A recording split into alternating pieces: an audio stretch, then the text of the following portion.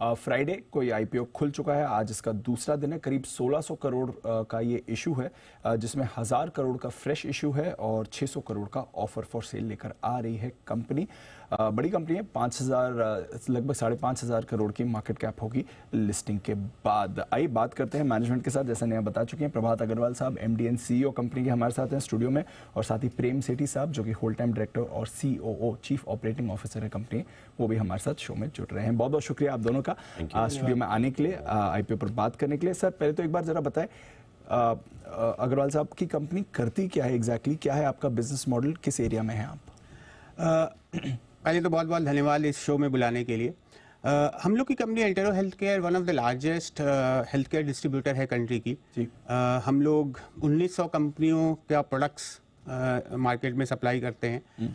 करीब 81,000 फार्मेसीज को हम लोग सप्लाई करते हैं और अराउंड 3,500 हॉस्पिटल्स में हम लोग प्रोडक्ट्स देते हैं। राइट, सो एक बहुत बड़ा नेटवर्क है। 38 सिटीज़ में हमारा प्रेजेंस है। 77 वेयर हाउसेज हैं जिनके थ्रू हम लोग इंडिया के 500 डिस्ट्रिक्ट्स में प्रोडक्ट सप्लाई करते हैं। और ये सब कुछ हासिल किया गया है सिर्फ 5 सालों में। ये 2018 की शुरू की हुई कंपनी है, तो 5 सालों में बहुत अच्छा कस्टमर से बहुत अच्छा रिसेप्शन मिला, कंपनियों से बहुत अच्छा रिसेप्शन मिला, और उसके बेसिस पे ये इतनी बड़ी बिजनेस को बनाया गया है। फ्यूचर के लिए हम लोग और भी बहुत ज़्यादा एक्साइटेड हैं, क्योंकि ये तो बहुत ही शुरुआती दौर है। लास्ट 5 सालों में हमने एक बहुत बड़ा नेटवर्क और एक इंफ्रास्ट्रक्चर क्रिएट किया है, जिसके बेसिस पे और हम कैपिटल रेज करने जा रहे हैं अभी मार्केट से, तो और भी अच्छा फ्यूचर प्रॉमिसिंग हम लोग को लगता है। हेल्थ केयर बहुत बड़ा मार्केट है, 2,70,000 करोड़ का मार्केट है और 10 से 11% से ग्रो कर रहा है ईयर ऑन ईयर। तो एक बहुत अच्छा ग्रोथ लास्ट 3 सालों में हमने 36% एनुअल ग्रोथ रेट पे ग्रो किया है। मार्केट से कम 3 गुना ऊपर ग्रोथ रेट पे ग्रो किया है। तो बहुत अच्छा फ्यूचर हम लोग को लगता है और हमें आशा है कि सारे निवेशकों का आशीर्वाद भी मिलेगा। चलिए बढ़िया सर, दूसरा दिन चल भी रहा है आपके आईपीओ का। सेठी साहब, जैसे सर बता रहे थे, काफी अग्रेसिव ग्रोथ आपने दिखाई, 5 साल में इतने अच्छे लेवल्स आ गए, आप आईपीओ भी लेकर आ रहे हैं। क्या कुछ अलग करती कंपनी बाकी डिस्ट्रीब्यूटर्स के मुकाबले जो आपको वो एज देती है? काफी सारे आपने एक्विजिशंस भी करे ओवर द इयर्स, जरा इसके बारे में थोड़ा समझाइए। श्योर, देखिए एक्विजिशन तो पहले थोड़ा सा बताते हैं आपको कि हम एंटेरो का नाम इज़ एंटायर, मतलब इट्स एंटायर हेल्थ केयर। तो हम वन स्टॉप शॉप एक तरीके से बनते हैं किसी भी केमिस्ट स्टोर के लिए, किसी भी हॉस्पिटल के लिए। जैसे प्रभात बता रहे थे कि हम इंडिया के सबसे बड़े हॉस्पिटल डिस्ट्रीब्यूटर हैं, और हम करीब 82,000 के आसपास जो है फार्मेसी स्टोर्स को आज सप्लाई भी करते हैं। तो ये ग्रोथ लेने के लिए, नई मार्केट में एंटर करने के लिए एक्विजिशन बहुत ही इंपॉर्टेंट फैक्टर है हमारा। तो उन एक्विजिशंस को हम डिफरेंट सिटीज़ में जाके लोकल डिस्ट्रीब्यूटर्स को एक्वायर करते हैं और उन लोकल डिस्ट्रीब्यूटर को बहुत बड़ा बनाते हैं। अगर वो समझिए 20-30 कंपनीज के साथ काम कर रहा है, तो जब हमारे साथ टाई अप करते हैं करीब 200-300 कंपनीज का टाई अप हो जाता है। और उसी हिसाब से अगर वो 300-400 कस्टमर्स को फार्मेसी स्टोर्स के हॉस्पिटल को डील कर रहे हैं, तो हमारे साथ वो नंबर करीब 8-10 गुना बढ़ जाता है। बड़ा इंफ्रास्ट्रक्चर होता है, technology, we are a technology first company, तो हमारा टेक्नोलॉजी बहुत ही इंपॉर्टेंट फैक्टर है, जिससे कि एफिशिएंसी भी आती है, ग्रोथ भी आती है।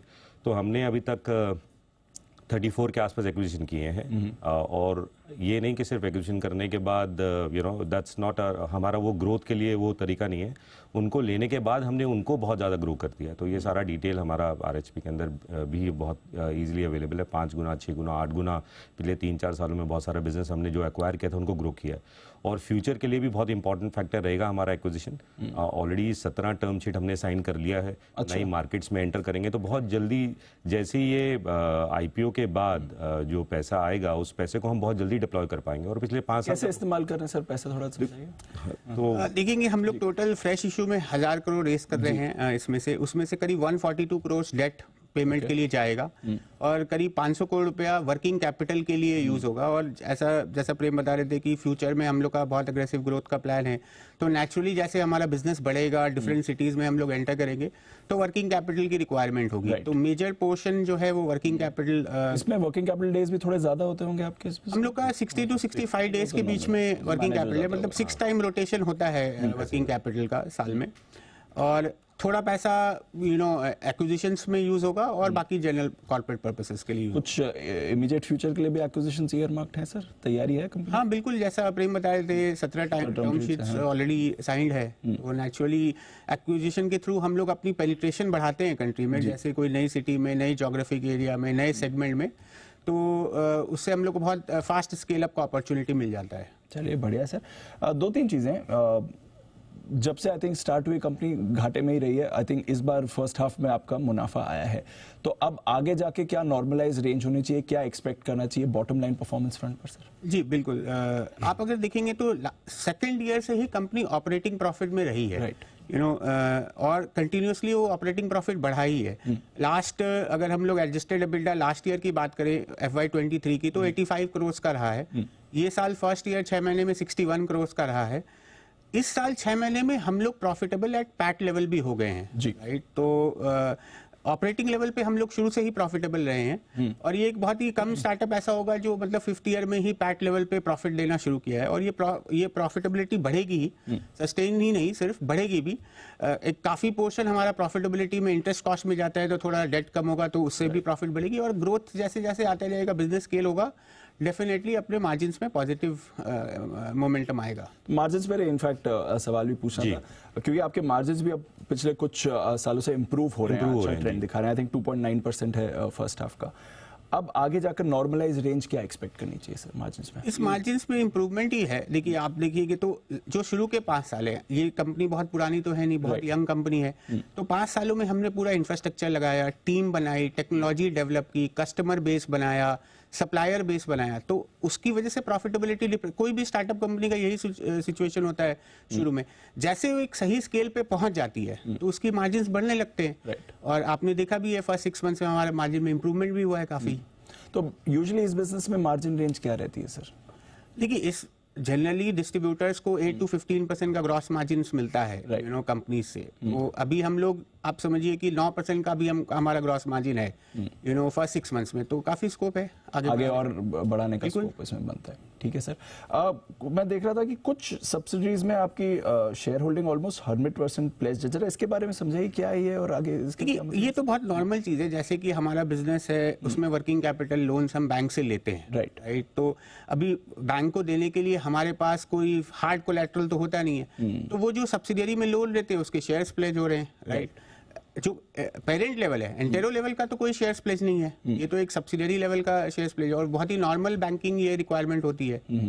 तो इसमें अभी आप जब क्लियर करेंगे तो उसमें से कुछ नेचुरली जिसका लोन हम लोग पे कर देंगे वो क्लियर हो जाएगा। पोस्ट इशू और जब के पैसे आ जाएंगे, कितनी डेट आप क्लियर कर रहे हैं आपने बताया, और कितनी अभी भी रहेगी बुक्स पर? जरा हमारी करीब 350 करोड़ की डेट है, one net date levels. 142 crore का डेट हम लोग पे कर रहे हैं IPO प्रोसीड से। बाकी थोड़ा बहुत डेट रहेगा, क्योंकि देखिए बिजनेस को ग्रोथ के लिए बोथ इक्विटी और डेट का मिक्स और इंटरनल अक्रूवल जो कंपनी में खुद का प्रॉफिट जनरेट हो रहा है, ये तीनों का मिश्रण से ग्रोथ ड्राइव करेंगे बिजनेस का। बट जो फ्यूचर एक्विजिशंस है वो फिर इसी प्रोसीड से फंड होंगे, या फिर आगे और डेट लेने की जरूरत पड़ सकती है? नहीं, अभी आप देखेंगे तो हम लोग ने ये 1000 करोड़ का जो रेस कर रहे हैं वो एक तरीके से फ्यूचर के को पॉइंट में रखते हुए और परमानेंट वर्किंग कैपिटल की तरह ये पैसा रेज हो रहा है, राइट। तो आगे और फ्रेश डेट की जरूरत नहीं पड़ेगी? फ्रेश डेट कुछ खास नहीं, जो अपना नॉर्मल वर्किंग कैपिटल लोन चलता रहता है, इन्वेंट्री बैक्ड, रिसीवेबल बैक्ड, वो रहेगा, उसी को करेंगे। चलिए बढ़िया सर, गुड लक अग्रवाल साहब और सिटी साहब IPO के लिए। आशा करते हैं अच्छा रिस्पांस भी मिले, और बहुत बहुत शुक्रिया आज हमारे स्टूडियो में आने के लिए और अपने इशू के लिए बात करने के लिए।